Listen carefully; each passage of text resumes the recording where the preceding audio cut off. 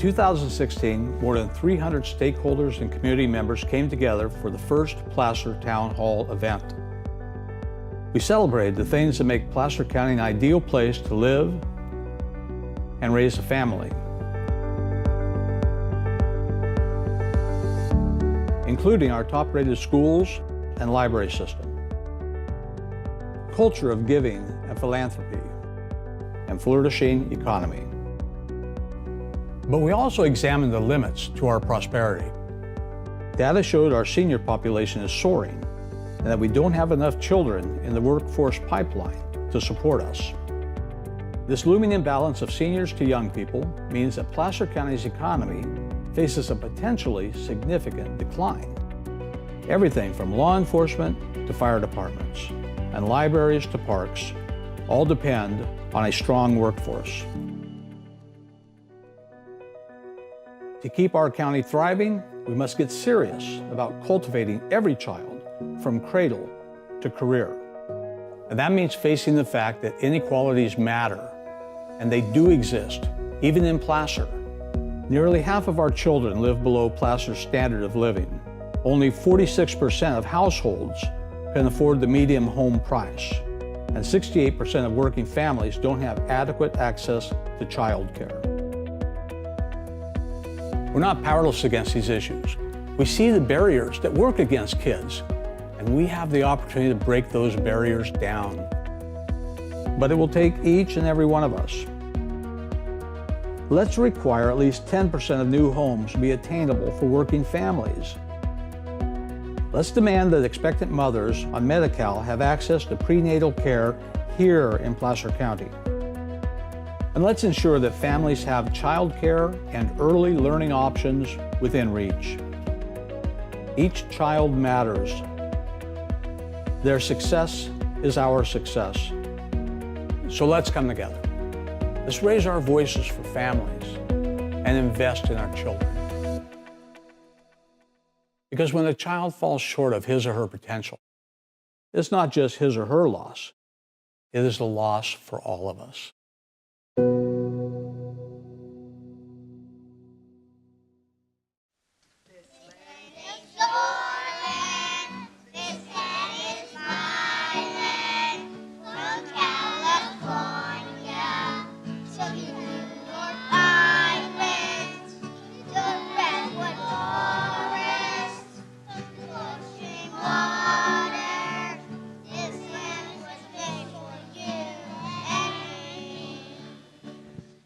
I went walking that ribbon of highway, I saw above me that endless skyway.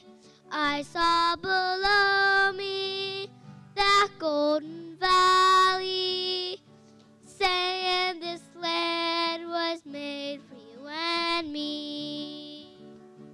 I roamed and I rambled, and I followed my footsteps to the sparkling sands of the diamond desert. Well, all around me a voice was sounding, saying this land was made for you and me. This land is your land, this land is my land.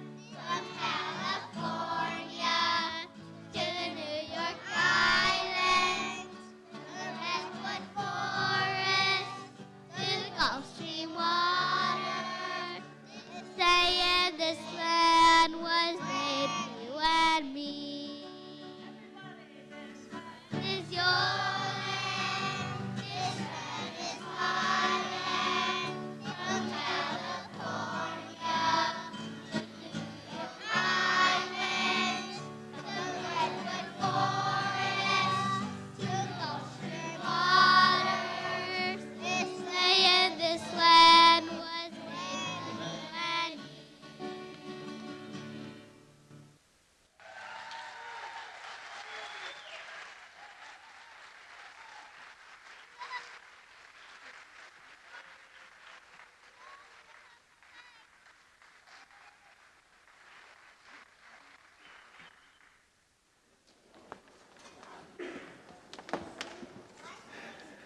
All right, another round of applause for our performers here.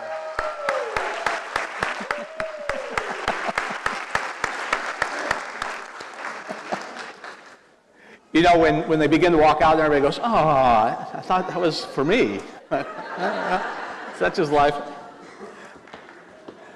Welcome again, everybody. We're just so delighted to have you here to talk about the future, talk about these children that performed for you and others that are not here today. Again, a round of applause for our performers. It was just... my name is Ed Bonner, and I am the recently retired Sheriff of Placer County. After 43 years with the Sheriff's Office, it is amazing to have watched the growth that's happened here in Placer County, and so much is good. And then today, with our second town hall meeting, I can't even begin to tell you how thrilled I am to see the number of dear friends out here, of leaders at the city, the county, the state, the federal level, policymakers, and people that are involved in the well-being of our children and our community. Too numerous to introduce. You know who you are. But welcome and thank you again for being here. So, right behind me at some point, there's going to be a little sign that says aspiration. So how we'll measure Placer County's success by the well-being of our children. And I guess the question I had is, where will these kids be in 10 years, 15 years, 20 years? What path will they take? How will we, as a community of people, help them get there? Measuring the well-being of our children is going to be one of the topics of our conversations today. So the format for today, we're going to do another incredible video by, and I want more introduction, by a demographer. And then we'll hear comments from Dowell Myers, who's, again, we'll get to him in a minute. We're going to do him a virtual introduction first. A video with him, and then we're going to have a panel discussion. And one of the things about this day is, at some point I would say, you know, we need to silence your phones, but we don't want your phones silenced. We actually want you engaged. We want you to share your thoughts, comments, questions. We'll actually take some questions that are posted using, we heard, Masio. Now, this is a very private facilitation tool. It's not going to track anything, but we would really like your comments, questions. And what we are able to talk about today, we'll talk about. What we aren't able to talk about today, there'll be some follow-up emails, conversations, everything that is brought up, we want to address. We want to use this tool today, your phone, as a tool of engagement rather than disengagement, which it is sometimes. The last thing I want to do before we introduce the video is tell you that this is over about 10 o'clock, but it's not. It's not over at 10 o'clock. Where we go from here, what path we choose to take as a county, as people, as concerned citizens, it's not over at 10 o'clock. We're going to move forward. When I see this, I always thought I'd gone to an Eagle Scout Court of Honor years ago, and the benediction was given by a rabbi who said, and I will paraphrase him poorly, I'm sure, but may one day the loudest sound from our streets be the laughter of children at play. And may that sound be so loud that it rocks the very vaults of heaven. We're not ending at 10 o'clock, folks. We're going to keep going with the rest of our lives, and we're going to make the lives of our children better. So, next up, my privilege to virtually introduce them. I'm actually even going to use my phone here to talk a little bit about our keynote speaker, Dowell Myers. He is a professor at Sol Price School of Public Policy at the University of Southern California. As a leading demographer and urban planner, Dr. Myers' research focuses on the links between demographic data, the future trends in housing, workforce, education, taxpaying, voting, and immigration. So again, virtually, he is here, But now he's going to be here first. So let's see. Given the number of seniors that they'll be supporting as the kids grow up, and given what it was today and what it was before, kids born in 2015 are literally twice as important to California's future as kids born before 1985. Well, you know, the old story is that demographic change is threatening us, and many people still feel that. There's just too many children. Children are a burden on the taxpayers, and we really can't afford other people's kids. But let's look at that more closely. What about these old assumptions? What if I told you today we actually have too few children, not enough children? You need 2.1 babies per woman just to break even. That's the replacement level demographers talk about. And we're tracking well below that, more like 1.8. Even though our population has grown by more than 30% in total, the number of children is fewer than before.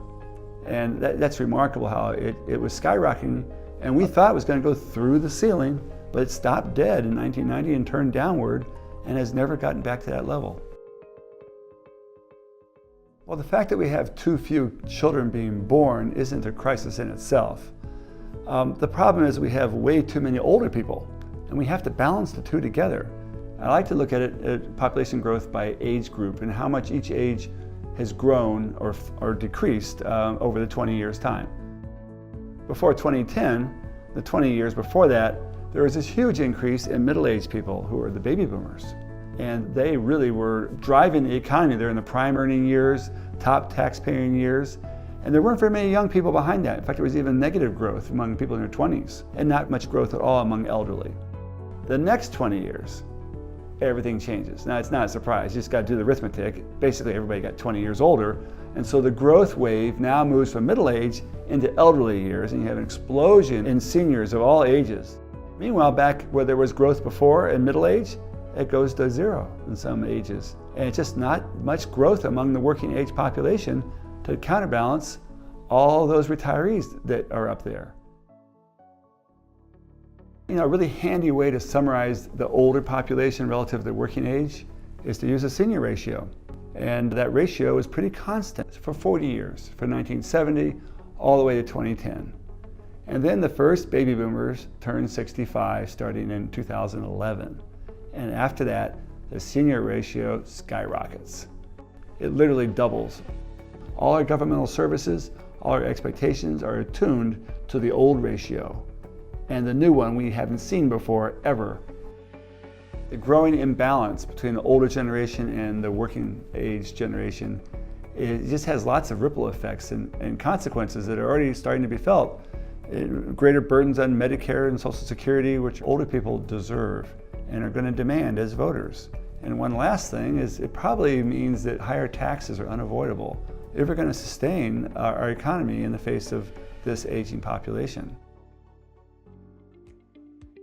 You might wonder, what about immigration? Isn't immigration a way to fortify the workforce? Can we bring in more immigrants, and could they save our bacon? It's clear that it would be a benefit if we had enough immigrants, but immigration is also slowing down in California. So immigration does not matter as much as people think. Either way, it's not as extreme on the plus side or the negative side. But really, in people's minds, it's a very big deal, because immigration in California took off dramatically after 1970. By 1990, it had really just skyrocketed to the point where people were extrapolating up through the ceiling at the rate pretty soon we'd all be foreign born at this rate. And of course, that was unrealistic. And in fact, it's reversed itself and slowed down. And the total foreign born, instead of going higher, has leveled off at 27% in California, pretty constant. And we think it's projected to be constant for the next 2 decades as well. It's just not growing anymore. But the myth lives on, that we're inundated by rising immigration when there's just no evidence of that in California. California was always the land of the gold rush. People came from other states and other nations around the world, and people weren't really born in California. But we passed a milestone about 10 years ago where for the first time the majority of California residents were born in California. So it's more important now than ever before to make sure that the young people of California receive the education that we need for our workforce, because we're not getting workers from outside. They're not coming from other countries, They're not coming from other states. It's really a homegrown workforce that we're facing for the next decade. So just how important are these kids really? I've done some calculations of my own to try to figure it out.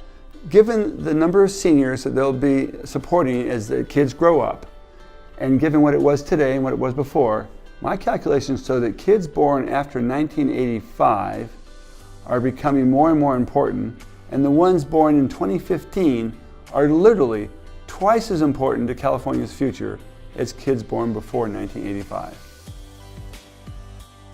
And the biggest upside potential is with the children who've been most neglected in the past.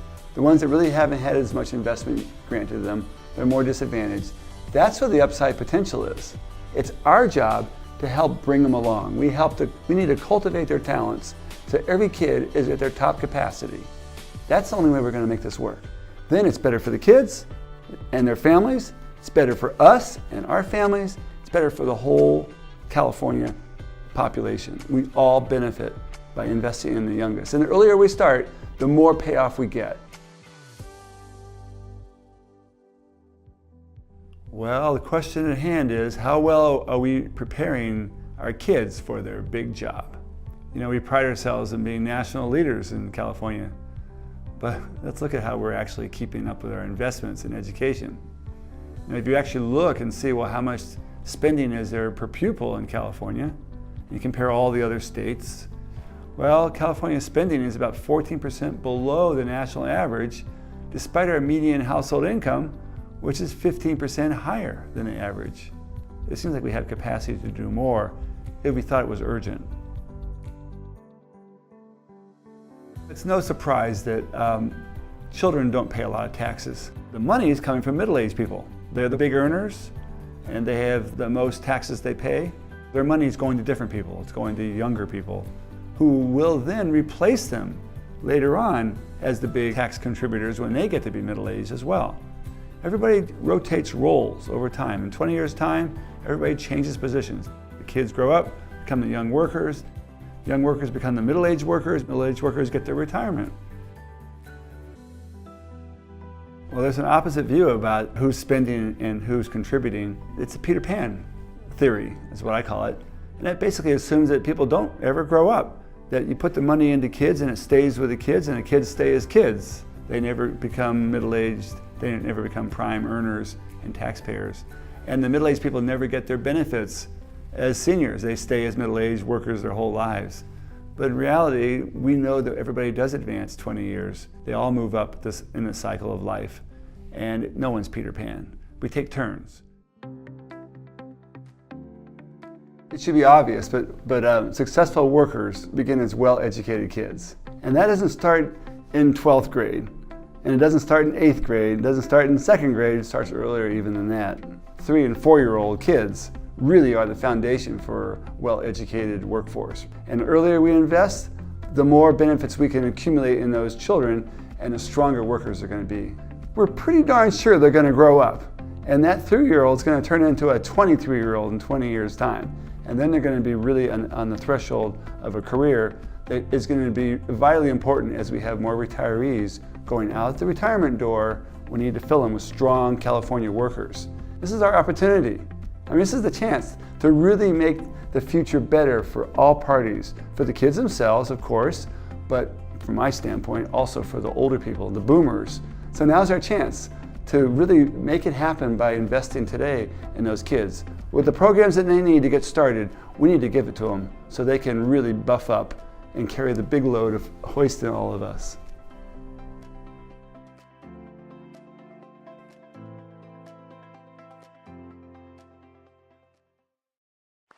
And welcome back to Placer County, Dr. Dowell Myers.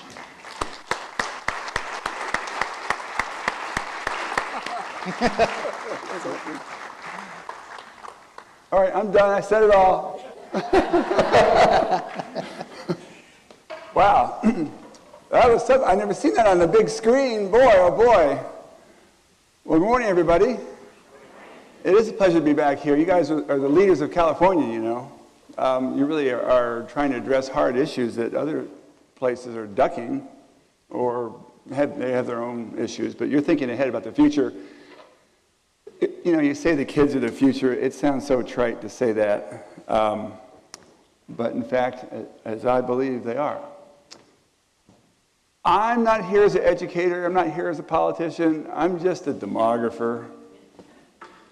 And one thing about demographers is we got all the facts. So I'm just going to back up my dump truck here and pull out. I hope you're ready for this. Take some notes now. There's going to be a test on all the numbers afterwards. The calculations aren't that hard. No, I'm kidding. Okay. All right, let me just hit some. So I'm going to hit a few points I think really deserve to be underscored and maybe said a different way.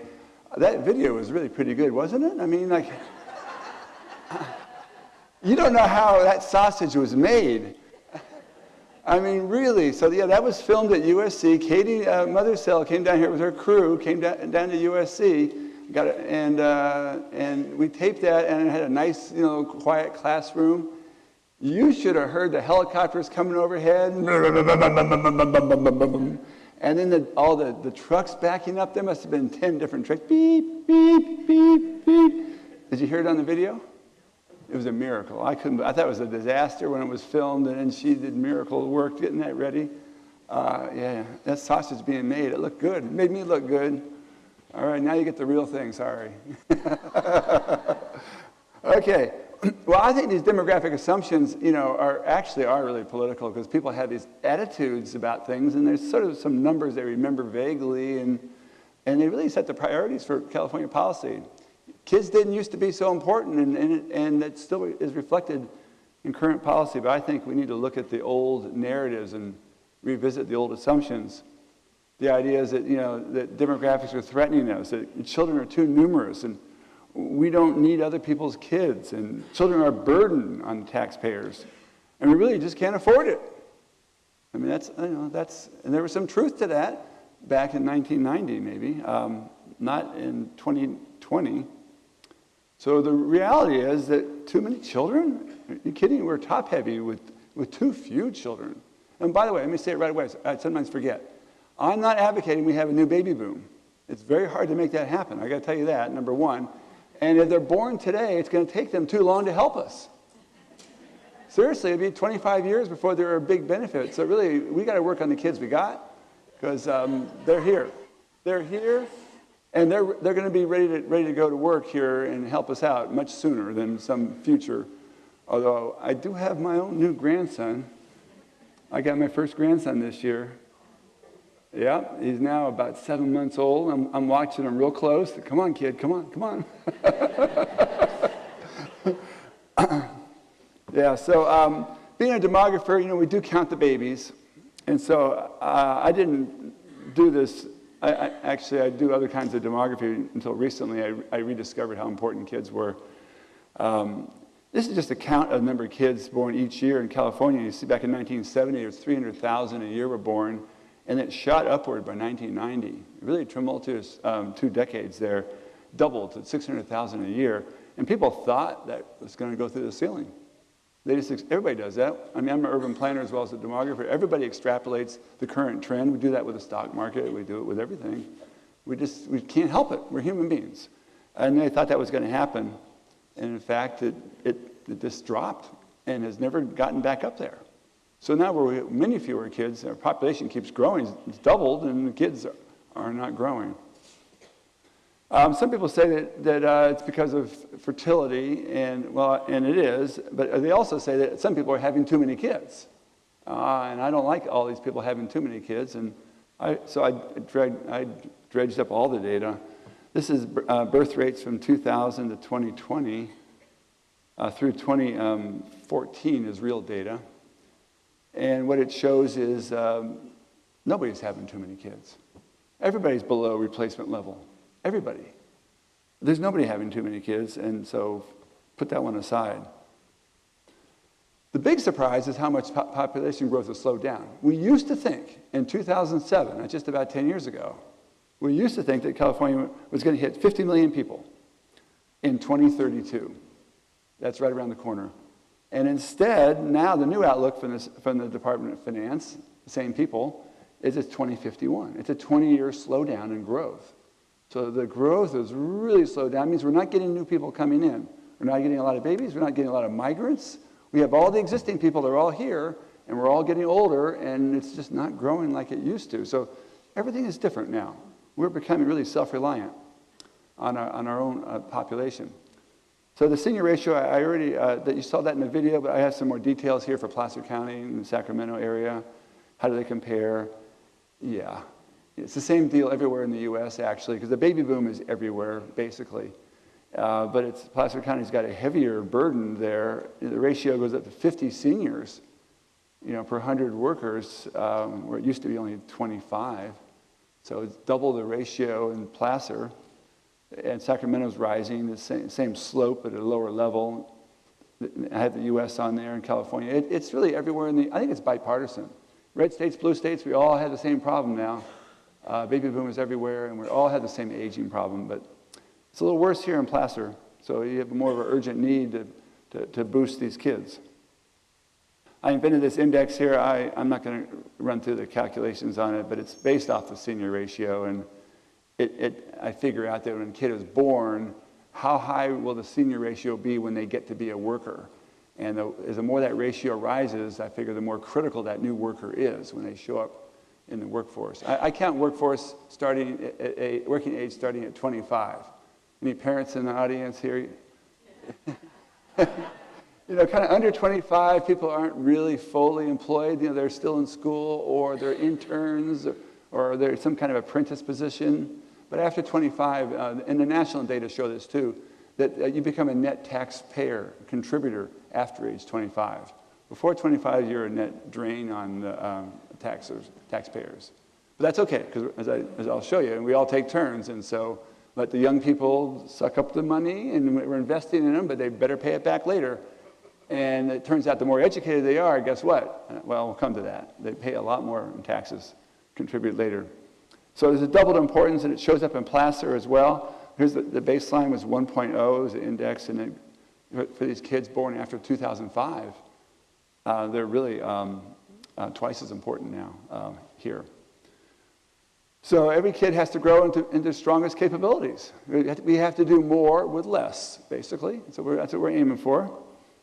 And this senior ratio, I shouldn't have to mention this, but it does lead to all these other issues here about Medicare, Social Security, how to replace the workforce. Baby boomers, there's 56 million baby boomer workers, and they're like 1/3 retired already. They're going out the door, and it's massive outflow, so we need a big inflow to replace them. And then we have to also replace our prime taxpayers with younger people. And the deficit is just Democratic administration, Republican administrations, nobody can solve the deficit problem because we have this imbalance, and the deficit's going to keep growing if we don't grow more better taxpayers. That's the only way we're going to be able to carve it down later on. There's also a home seller crisis. I do research with Fannie Mae and others on home ownership, and down the road here, this imbalance of too many seniors also means too many home sellers. And we need all these young people. You saw them on the stage here? I want every one of them to be a future home buyer. I'm hoping they can afford $1 million house. We in California, we hope we live in $1 million houses. Most of us live in $500,000 houses or $250,000. But whatever it is, those kids got to step up because there's a lot more of us than there are of them. So don't worry about it now. That's 2025, I think that gets to be an issue. I'm holding on to my house. So likely responses, all these things are already happening. GDP growth has slowed down because of the fewer workers, because of the fewer kids. And it will lead to, all these things are happening grudgingly. We don't want them to happen. It means that young adults are in supreme demand. They don't get enough respect. This is the millennials. I'm doing a lot of research right now on millennials to try to figure out how to get them more jump-started. They've really been sluggish coming out of the Great Recession, but they're starting to pick up speed. We have greater reliance on immigrant workers, but not enough immigrants. Now that's been declining. And I think it leads, I painted this green. I think it's a silver lining here. It's a hopeful lining. I think that this is a secret here, is that it's going to lead to rediscovery of some of our neglected minority youth, because the ones that have been underused the most had the greatest upside potential to expand their capacity and make up for the rising ratio. If we can get them fully up to speed, that would be just outstanding. I'm going to show you this slide twice. You've seen it already. I like the animated version. That was pretty cool. But this is the facts of life here, ladies and gentlemen. The cycle of roles that people grow up. And children are not an interest group. Interest groups are static. Children become young adults. They become the new workers and the new taxpayers and new home buyers. And then the young people become middle-aged grudgingly, and the middle-aged people grudgingly become seniors and get all their benefits. But we take turns. We rotate through this cycle. And that's, we lost track of that in California. We thought there were separate interest groups, that they weren't connected, that they didn't have any relationship to each other. And so I want to show you this one slide here, that cartoon that the SACB did back in 2011 based on an essay I wrote. It's about a housing market, links older whites and young Latinos. I was trying to figure out, we have so many older, I projected how many older home sellers we had and who are going to be the future young people who would buy them. And here's isn't this a nice graphic? I mean, I love it. Here's a subdivision. This is the American dream, the subdivision floating in the sky. And young people climbing the ladder. So I wrote my own headline for this, which they didn't have. This is really the punchline. Yeah, the old folks need the young folks to make it. They got to climb that ladder, or older folks aren't going to sell their house, not like they think. So it's yeah. I think we're going to get it done though. It's going to work. I thought it was useful to compare all 50 states. You know, we've done Placer, Sacramento, inside California. What about California inside the U.S.? How does California stack up? There's lots of debates. I sometimes hear that we're neglecting people in education, that California is as bad as Mississippi. I've spoken in Sacramento about this. It's not true. It's actually not true. We're not as bad as Mississippi. You know, that's sort of a myth. Here's the actual data. I'm a demographer. I got the facts. This is the actual data on K through 12 spending. Every state, from New York on the top all the way down to Utah on the bottom. The U.S. is in the middle. That's the average. California, the golden state. You see it? We're below average. Where's Mississippi anyway? Oh, there it is. Okay, there's Mississippi. And so they're not on the bottom either. So we're well above Mississippi. But the real question is, you know, Mississippi's a poor state. I visited there a couple years ago. Maybe they can't afford better. So how are we doing on our family incomes? In California, we're $60,000 median household income. We're above average. So we're above average on household income, below average on spending. Where's Mississippi?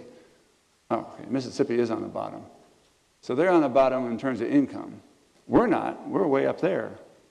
And so that, you know, if you put them two together in a scatter plot here, the red dot there is Mississippi. It's right where it should be. It's spending about all it can manage.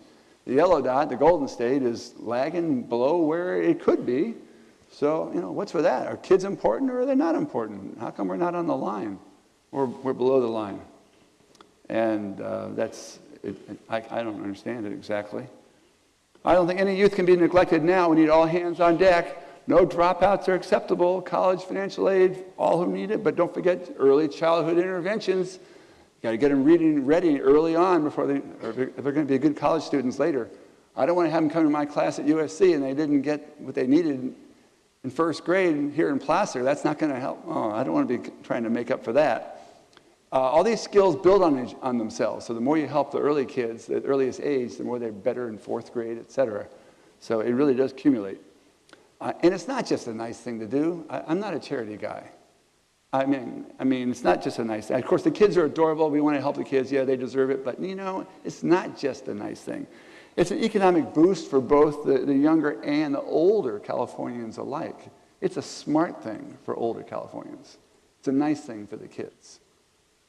So I think, you know, do we need other people's kids? I mean, what about immigrant workers? Will they help us? This is a big diversion. I don't think it's an issue in California. It's been made an issue politically on a national stage. So we read it about a lot, and in fact, I just got a notice this morning. Some people are coming to interview me related to this, and I don't want to go off on it. But here's just the raw data. In terms of immigrant arrivals, it really did accelerate in the U.S. to a peak, and it's been subsiding since 2000, steadily downward. It's plateaued now after 2012. It's plateaued at a low bottom and might be ticking up a little bit in 2016. California, though, peaked in 1990 because there was a deep recession in the 90s. People were diverted away from California. LA County was a disaster. It's totally, California, LA's back to 1975 in terms of immigrant arrivals. It's really, all of our immigrants are old immigrants now. We're like New York City used to be. That's what's happening down there. So that's not the issue. The real issue is the flip side of that. If we don't have immigrants, if we don't have people like me, by the way, how many people here are not born in California? Okay, me either. So most people over 45 not born in California. I just figured out who was over 45. Sorry. I'm from Florida. But what's interesting is what happens with young people. And so look at this graph here. This is like amazing. This is for every age group. The total's on the bottom here. So like 60% of Californians, no, this is Placer. This is for Placer. 64% of Placer are native Californians of all ages. But among young people, it's huge. It's like 3/4 of all the young people are native Californians. And then the blue there is other U.S., like me from California. I'm from Florida, or somebody else from Oklahoma or Michigan. And then foreign-born are tiny, really, in Placer at all ages. But the exciting thing is, the bad news. The bad news is we used to have like only a third of our young workers were California-born. And now it's 2/3. So what's the bad news? Well, the bad news is that schools weren't so good. I mean, I've seen this with many people's attitudes. They say, well, if I need to get good workers, I'll just put a sign out there, and they'll come from all over the world, all over the U.S. I'll get workers educated in Florida or educated in Iowa. Iowa has the best schools. And I'll import them into California, so I'll get workers that way. But if they're not coming from anywhere else, and we're now dependent on our homegrown, the bad news is you're going to get what you pay for. We're going to be living off our own investments. Our economy can't be any better now than what we are investing in our own kids because they're not coming from outside. The workers are homegrown. That's a revolution. It only happened in the last decade. There's always a time lag in people figuring this out or realizing it, but that's where it's at. So I have some conclusions on mutual benefits, that children have become scarce and an even more valuable resource. Our greatest problem is this top-heavy, aging population without enough workers and taxpayers. That's our greatest problem. And the children are a critical benefit for the older people themselves. And we should help them now so they can help us later. I think that's the sensible takeaway. Help the kids now. They will grow up. There's things I can project that you will disagree with. I can talk about global warming, and we might split on that. I could talk about lots of things, but I hope you won't disagree that in 20 years' time, all those little kids are going to be 20 years older. That's the miracle of demography. That's the point I use when I debate economists over who's smarter about the future. I say, you know what, economics is the most important thing. You're right. But you guys can't predict the stock market a month ahead. You can't predict interest rates 3 months ahead. You can't predict. With demographers, we know that 20 years later, everybody here in this room is going to be 20 years older. It doesn't make us popular, but so the fact is, you get the investment back because they will grow up. That's the point here. They will help us later. And the children in poor families require greater investment to reach their fullest potential, but they actually might be giving us the biggest payoff because there's the biggest upside movement that will come there, and that will really reward us all. So we totally need other people's kids. That's what I come down to. I realize there's not enough, and we need them all. There we are. I'm gonna stop right there. That's my final line. We totally need other people's kids. Amen.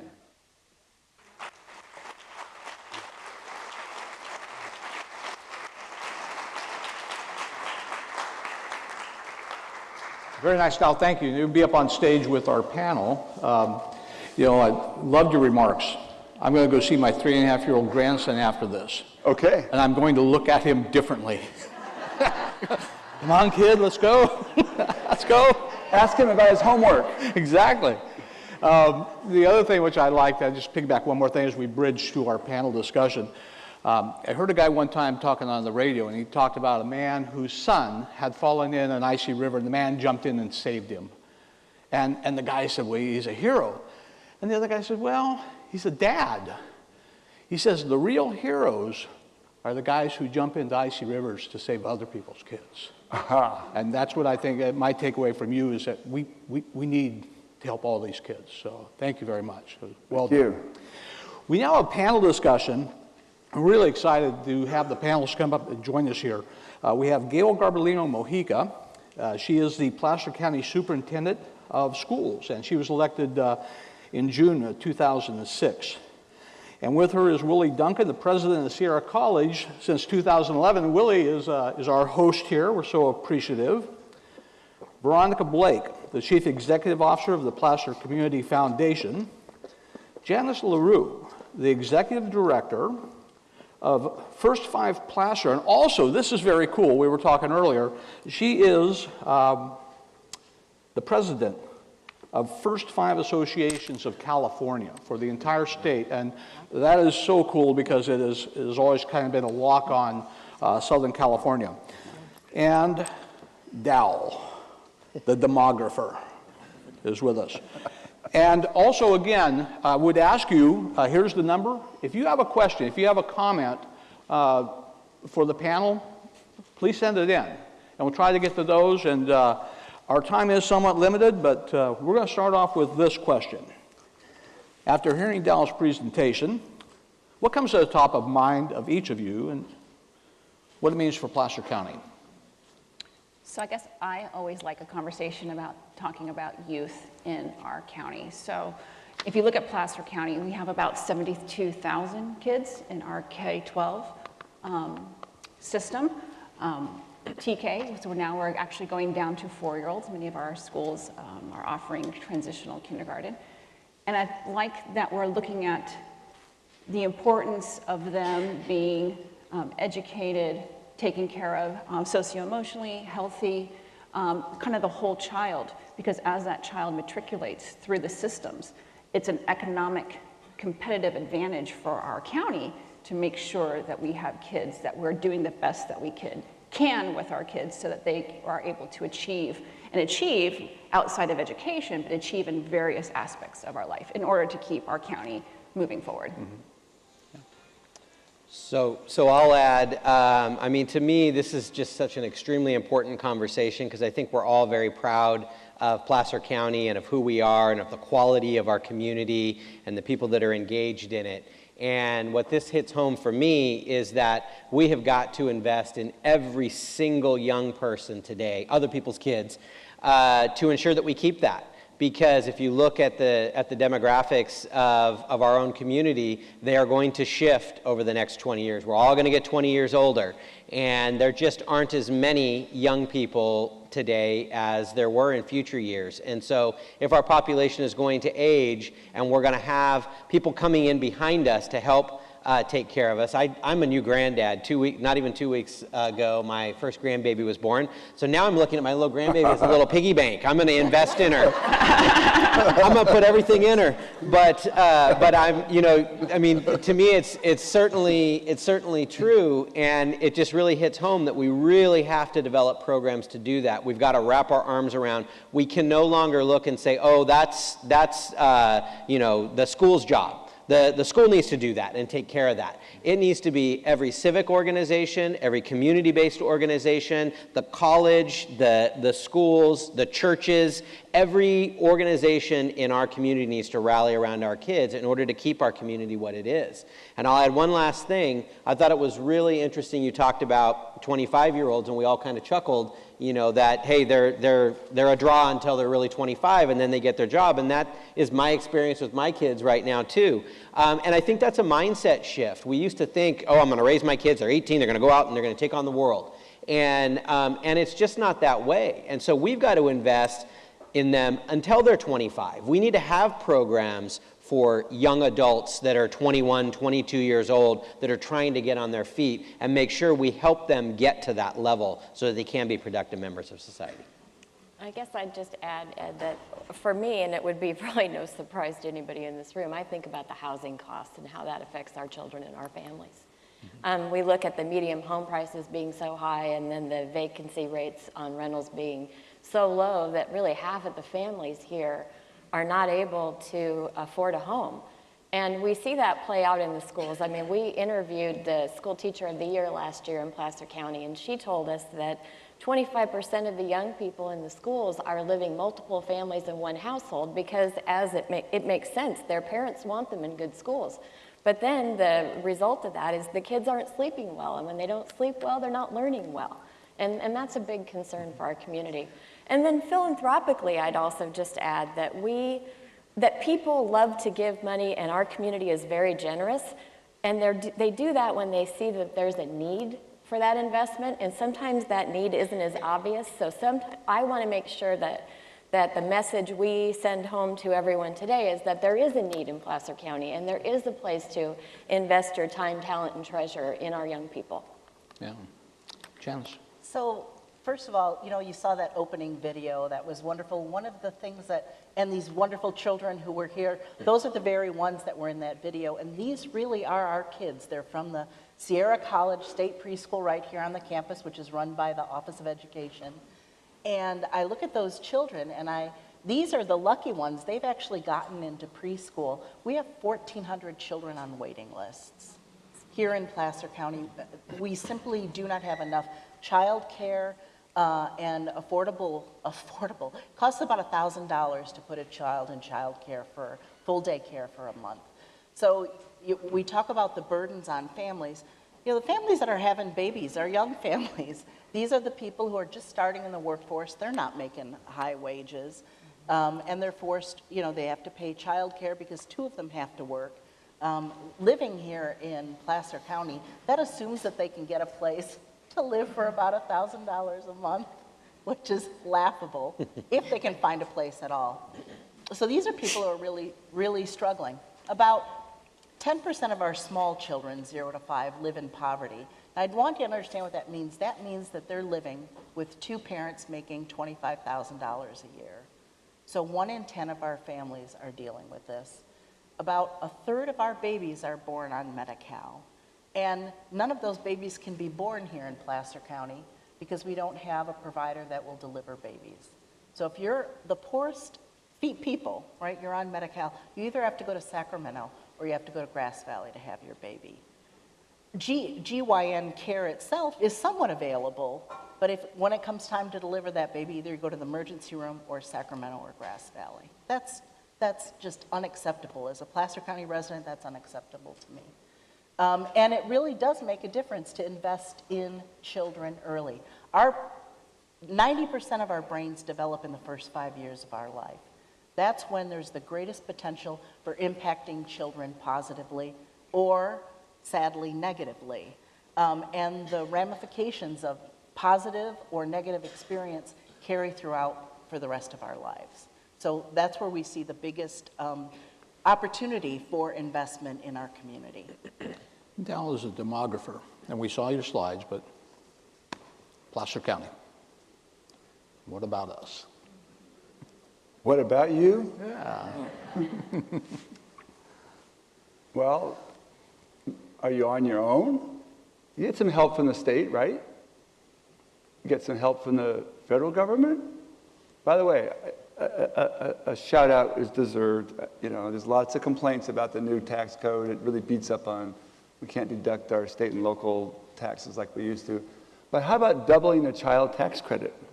That's a real positive step. That's rewarding the parents who are doing the nation's job, the nation's business of having those kids. So maybe Placer County is doing its job, but I think you have a chance here in a smaller county to actually get things done. Yeah. Whereas in LA County, forget about it. I mean, it's 10 million people. Yeah. It's immovable. My wife taught in LA Unified School District. It's just, it's too gigantic. You can't make any changes. You guys can do that. You're small enough, I wouldn't call you a laboratory, but how about vanguard? You're a vanguard post of civilization here. Outstanding. Yeah, you can do it here. Kim. The next question we have is just, what are we currently doing, and how we're going to look forward? What else is coming? Okay, we'll start again. So I'll talk just briefly here about kind of the status quo of public education here in the county. And we are lucky, for the most part, being in Placer County, because our achievement level is very high. In fact, and I've said this publicly a couple of years, compared to the 58 counties in the state of California, in the area of English language arts, we are second in the state of California. In the area of math, we're third. And the top 3 counties are Marin, Santa Clara, and us. So with that, we do have a great product here, whether your children attend schools in the south part of the county or up in the foothills or by the lake, you will get a high quality education here. With that being said, we do have a portion of our population that is still very needy. We talk about, Janice is talking about 1 in 10 youngsters, children, toddlers are born into poverty. We have about a 26% poverty rate in our public schools. We have a large portion of our children that have had adverse childhood trauma. 63% of our students in public school in Placer County has had at least one adverse trauma incident. That can include a divorce, a life-threatening illness, it can drug abuse, child abuse, spousal abuse. 63% of our kids have experienced one, and about 20% of our children in Placer County have experienced 4. So we do have a portion of our population, a large portion of our population, that we really do need to invest in. And as Dell was saying in his presentation, sometimes these children need a greater investment because they're coming with more baggage. So again, I want to say, you know, if you have kids in public schools, this is the place where you want them to be. You do, but what now I think is we need to also can't lose track of our kids, our most needy and vulnerable kids. And just because we're in Placer, and just because we have a high socioeconomic population, just because we have a high medium house price, does not mean that that is what's the case for every one of our youth. And at this point in time, if we want to move from good to great, if we want to move from second and third to first, we need to financially invest in our kids. People always ask me, who's number 1? Yale, we're 2 and 3, who's number 1? And I say Marin. As Dell was showing you, we spend in Placer County, we spend about $9,000 per kid, about it. In Sacramento County, they spend a lot more because they have a higher concentrations of needy kids. But our concentration's not great enough, so we don't generate enough money. But in Marin, they get like $26,000 per kid. So, I mean, so of course, their educational system looks vastly different, which is why they're number 1s and across a lot of areas. So in order for us to move the dial, we're going to have to, from the very beginning, from the time that these children are born. I just learned doing this prep that you can't, if you're on Medi-Cal, you can't deliver your child in Placer County. I was blown away by that. We have to make sure that we take care of our most vulnerable youth, starting from the moment they are born. Going forward, Willie. Yeah, absolutely. So now and going forward, well, one of the things that Sierra College is doing to try to address this issue is a year ago or so, we successfully wrote a grant to create a Promise program here in Placer County. And a Promise program is essentially a support program for students to help improve student success. It can also help pay for costs for going to school. As was pointed out by Dowell in his presentation, we still, even though we do have a prosperous county, we have a large population that lives below the poverty line and are below our median, and so struggle to cover their costs. So we're working with our high schools. We eventually want to work with our elementary schools because we definitely agree that this problem needs to start or addressing the problem needs to start at a young age. We're going to go live with our Promise program in the fall. We have our partner high schools all geared up. We're doing things like we're embedding enrollment specialists into the high schools, so Sierra College staff that will work on the high school campus. We're employing high school counselors that will work for both the high school and the college so that we can create a seamless transition for high school students. We can advise them at a younger age. We're having career conversations with them at a very young age to talk about what those opportunities are, how do they prepare for careers. There is an amazing disconnect sometimes between what young people think they need to do to get ready for a career and what they actually need to do. So really having those purposeful conversations, dealing with remedial issues very early and hitting those head on. We have a fantastic partnership with all of our high schools where we address math remediation while they're in high school and being realistic about what's expected in college and at the university level.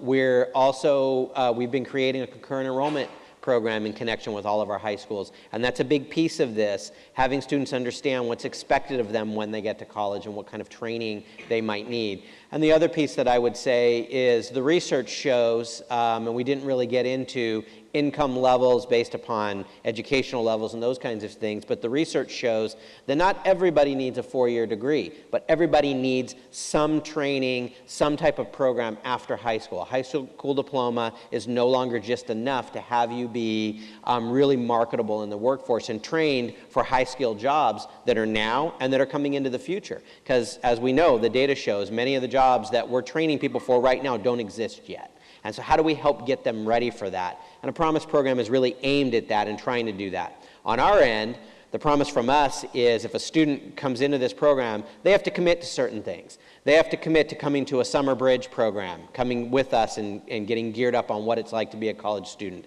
They have to commit to going full time. We want them to take 15 units, 30 units in a year, because that helps them be more successful, gets them through quicker, will cost them less money, will get them into the workforce quicker. On our end, we'll give them priority enrollment. They'll get their classes first. We are re-engineering ourselves of Sierra College so that we can eliminate all of the roadblocks that a student might hit when they get to us. They can't get that class, it's full. We're trying to eliminate that so that they can get the class they need when they need it. And then, of course, we're wrapping supports around them completely so that they've got student support and programs and connection with other students and connection with staff. I'm going to throw internships in there. That's vitally important that we have internship programs. Work-based learning is so crucial in preparing a student to enter into the workforce and get ready. So we need partnership with our community and with businesses and public entities to help create those opportunities. So on the housing end, some of the cities in our county have done a really great job. For example, Roseville has required 10% build out of affordable workforce housing as they've gone along, and that has really made a huge difference. And then in Placer County, we've been working to shine a light on the need there, and we've seen actually quite a bit of progress. There's a housing work plan that's been created. They've hired a new employee to focus on this issue. And in fact, in the government center master planning process, they've gone ahead and moved forward to hire a developer to build the first affordable 80 units out at the DeWitt campus. So we're really pleased to see that progress being made, and there's much more work that needs to be done in that space. Philanthropically, 35% of the donors at the Community Foundation give to disadvantaged programs for youth. And those kind of grants appear in really interesting places. For example, every eligible foster kid in Placer County has a laptop computer thanks to philanthropy. There are programs like the Recreate program in Roseville that really inspire young people to look at careers in STEM education, including arts. And so we've seen a lot of progress in that way. And then there's a really terrific program that is run primarily by volunteers called Sight Word Busters. And these volunteers are working with small bits of philanthropy to go into our schools and to really help kindergarten and first graders improve their reading skills. And so all of these little touch points, I think, are having a huge impact, and there's more work to be done there. Good. Well, there's a lot of work to be done on the 0 to 5 end, because these are really the families who are struggling the most. PCOE, through its resource and referral and child development, does a lot toward recruiting child care providers. Right now, it's very difficult to find care for an infant toddler. it's almost impossible, even, no matter how much you want to pay. And so they're really working at recruiting providers, which not only help parents get back to work and boost the economy, but our small businesses themselves, which help support our economy. Over half of our children are in family home-based child care. So that's a real necessity for our children to thrive and our economy to thrive. The county is also working really hard at providing prenatal care to women. We've recruited a couple of providers now who at least are able to provide women with care as early in the pregnancy as possible. Another concern has been oral health, where about half of our children do not see a dentist. And this creates problems with them not only in preschool, but also in high school and elementary school. I don't know about Sierra College so much, but oral health is a main issue. It's a major issue. And so we're working now with WIC sites to get families screened, children screened, and then access to dental care, which is really important to their overall health. So the county is aware of the issues, and we're working to ameliorate them. Anything to add? Well, what I would add is, my fellow panelists here are all experts in different programs. And we've heard a lot of different programs. They seem all different, and yet they complement each other, they reinforce. What's one thing missing still is just the common narrative, a simple story that can help bolster the public will to back all this together. And it's a common story that I hope that the Placer County residents will begin to adopt about what their priorities are and the importances of children in the overall picture, and how all these programs, no matter different they all reinforce and they bolster the well-being and the capability activation of the local young people. Cue the aspirational statement. No, but that's a great comment, and there are so many people out here in our vanguard of civilization that are doing good work. They're doing great things, but you're right that maybe we need that connectivity. Speaking of connectivity, this is kind of your last call for any questions you may want asked. After this last question, we're going to ask the panel, but it's not the last call for questions you want answered at some point in the future or comments that you would like to make. So last call for that. Last question for the panel off the written sheet. We've already got a pretty good indication, I think, in that last answer. We're pretty good. We have some good things going for us. But how do we get better? So thank you for coming back, because I felt like I did not answer part 2 of the last question, which is what are we doing? And I think we're at the County Office of Education, people wonder what do we do? We don't run comprehensive high schools, that sort of thing. We provide assistance. We have a variety of programs. We have one of our fastest developing departments in our organization is prevention services, prevention and support services. We have been able to, for example, Passport to Care.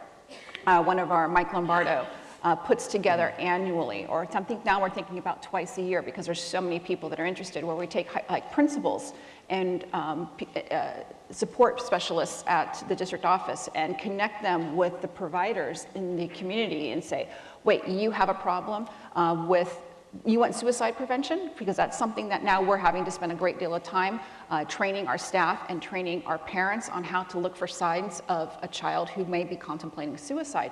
Great, we have a training here. We have this here for you. So we're doing a variety of trainings for our teaching staff. We're doing a variety of trainings for our parents in areas of trauma, suicide prevention, anti-bullying, sex trafficking. We do have sex trafficking here in Placer County. We're not immune to it. So I think that our organization in the last couple of years have really seen some of these issues that can derail our academic success with our kids, and putting real research-based, time-intensive, and financially supporting these programs so that our school community, our parent community, and our community at large can access them, and then just connecting the dots. You made a comment. We all know each other here very well. We spend a lot of face time together. So just as we spend a lot of face time with a lot of people here in this room, it's just a matter of, for a lot of people, is connecting the dots. And so I do think we do have the foundation of connecting our dots and making sure that we're able to coordinate what we have. If we offer something in our K-12 system, we like to make sure that it complements what's happening at Sierra College. So I think that that's something that we have that you probably won't see in larger counties like LA County, but is very, I think, a very move in the positive direction here. Yeah, I'll add. I mean, I do really agree with what Gail said there. We do have very good communication among all of our partners, and so while I agree with what Dowell said, we need that kind of unifying message that can kind of pull us all together. The pieces are all there, and it's a matter of putting that together. I mean, what I would like to see, where do we go with this? To me, this needs to just become the top priority for all of our organizations.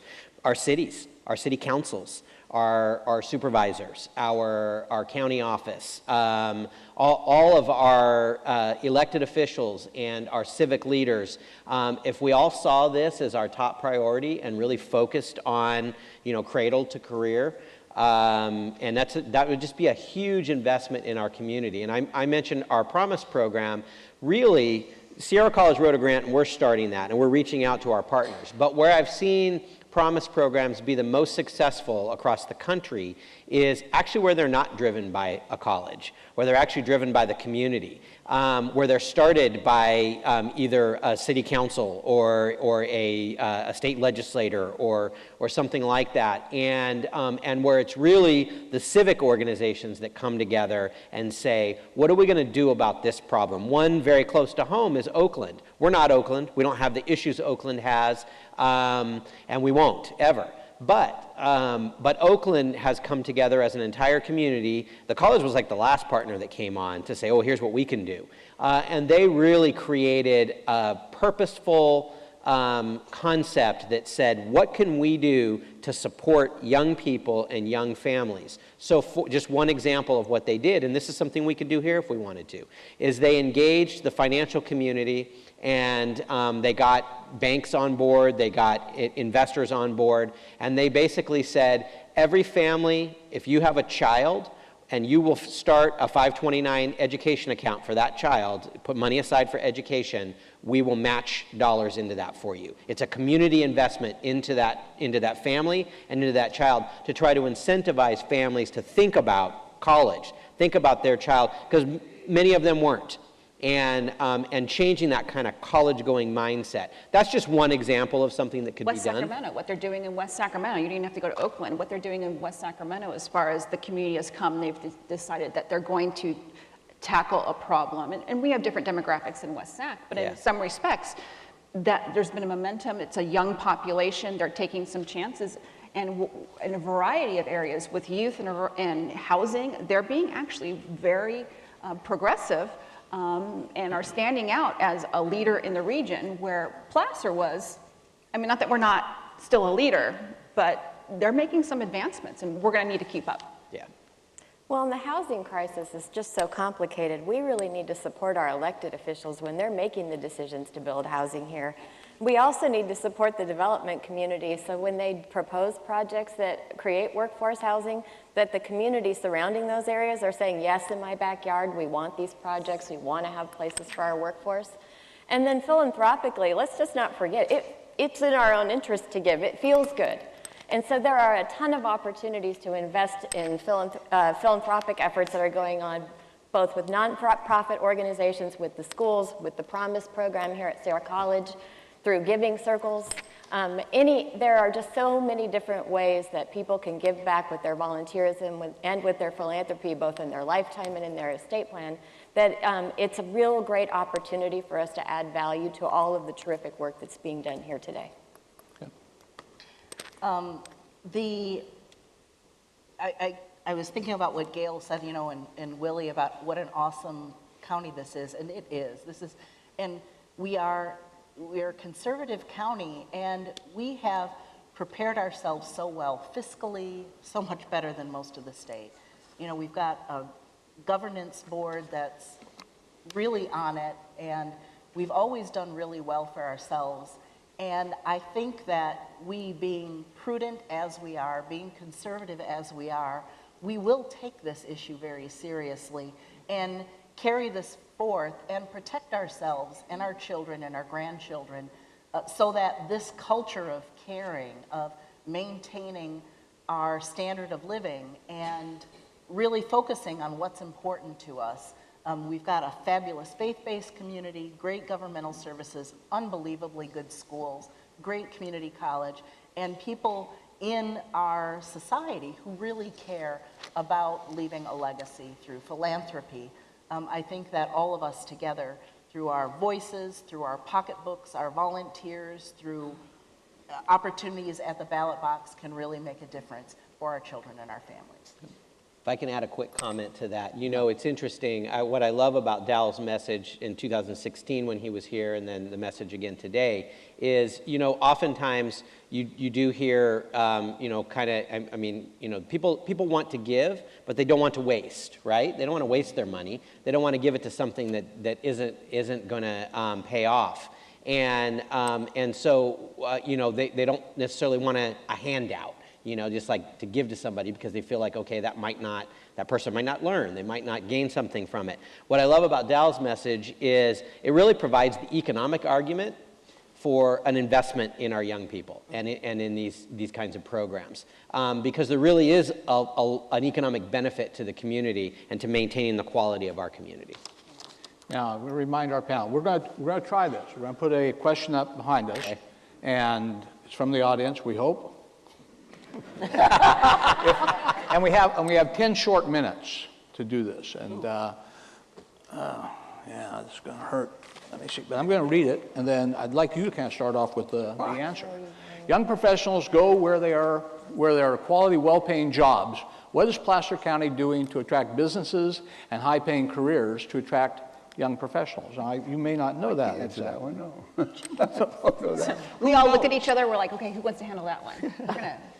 Yeah, so, I mean, up to you. I'll jump in and just basically say, you know, we're doing a lot of things in Placer County to try to do that. I mean, the college itself, with the programs that we're creating, we've got an initiative called Strong Workforce right now that's really aimed at workforce development and trying to train people for jobs that are in industries that are growing in our community.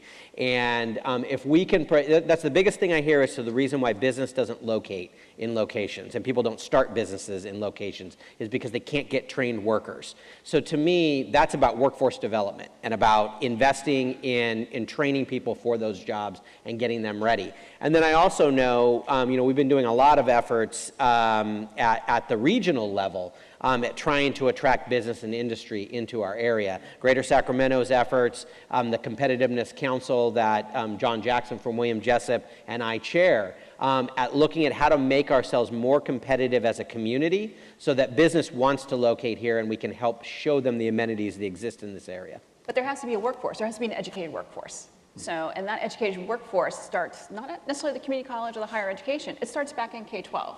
So that we have to make sure that we have kids who are prepared, who can then, and I agree, we don't always need 12-year, I mean, we don't always need 4-year degree, college graduates, but we have to make sure that we have a pipeline of students that go into community college, 4-year colleges, or go into trades who are able to take the jobs that are here. And if we don't have highly qualified students who are achieving at a level, businesses are not going to come here. Okay. Anything else on that one? I'd just add that philanthropically, we've aligned some of our scholarship funds with programs right here at Sierra so that, you know, students that want to go to school for 2 years can be fully scholarshiped and come out with careers in welding and in mechatronics and different programs that put them right to work earning $100,000 a year in this community.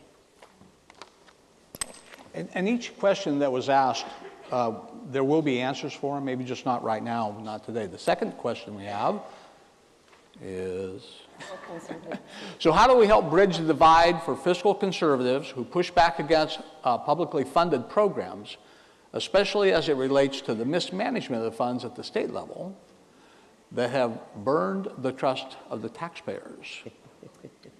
Actually, I think that this is where our greatest opportunity exists, because one of the things under the current administration is there's really been a realignment of dollars so that they've been funneled more to the local level.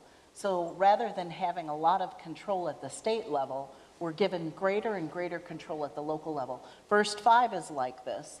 all of our dollars come to us from the state, but with no barrier other than it has to be used to benefit children 0 to 5. So it's totally local controlled by a local commission, looking at what issues are most important for our families with young children. And Gail can speak to Ella. Right, so in the last 4 years, Governor Brown adopted a new funding formula for California public education that actually does that. It moves all the monies to the local school boards to make local decisions, hold them accountable.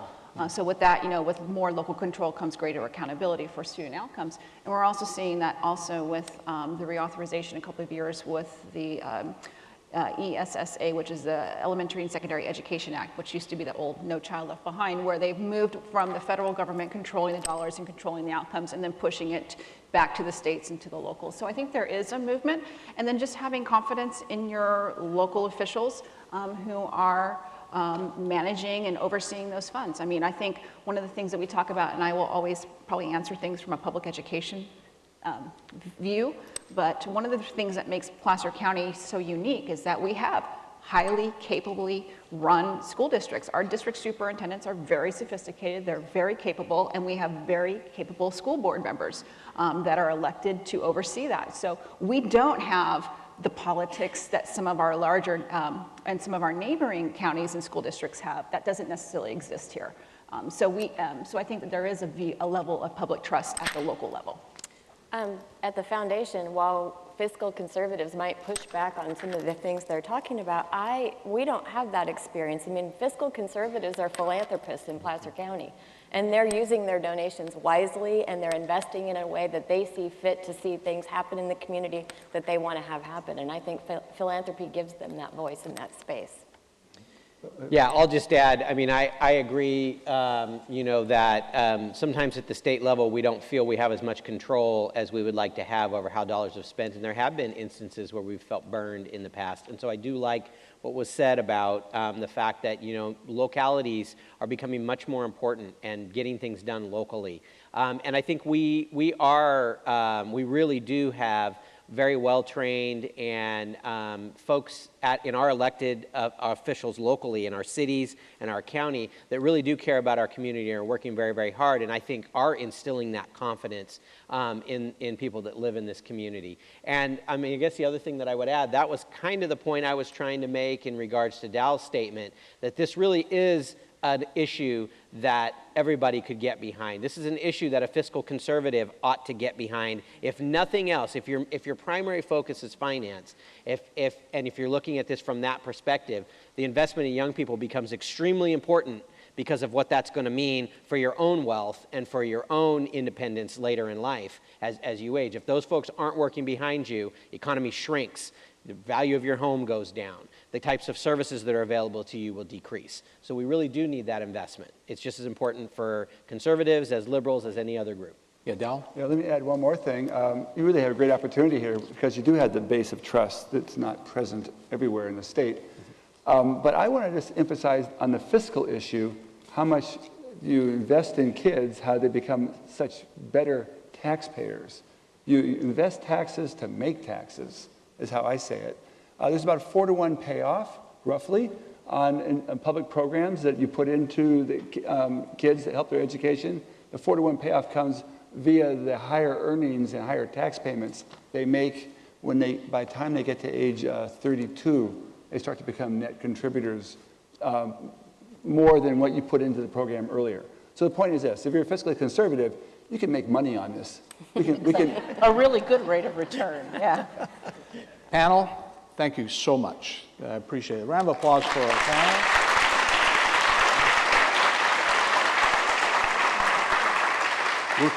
We're kind of right on time. As we close out today, I really am interested to see what other questions were asked, and I know that those will be gathered and discussed, and the opportunity will be there for you to join back in those conversations. So we end back with the aspiration again, we'll measure Placer County's success by the well-being of our children. So what's that mean?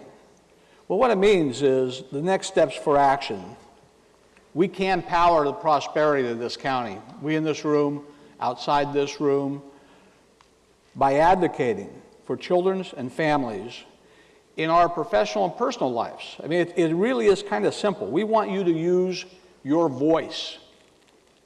We want to hear what you have to say. We want you to talk to your friends, talk to others, those of us, past tense, those of you, that are in leadership positions within our cities and our county and our state. You know, take back, think about these messages, make a difference. We want your influence. Your voice leads to your influence, and one of the things we think we would like you to do is to take Dowell Meyer's video and show it, share it. I know there's an app for that. There must be. So, but we would like to see how many times we can get that out in front of people and have them pick up a little bit of what we learned today.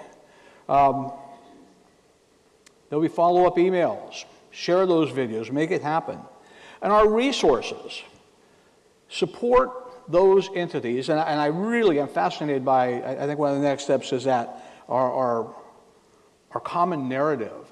But I know that there are people in this audience and outside this room that do great things for children and families.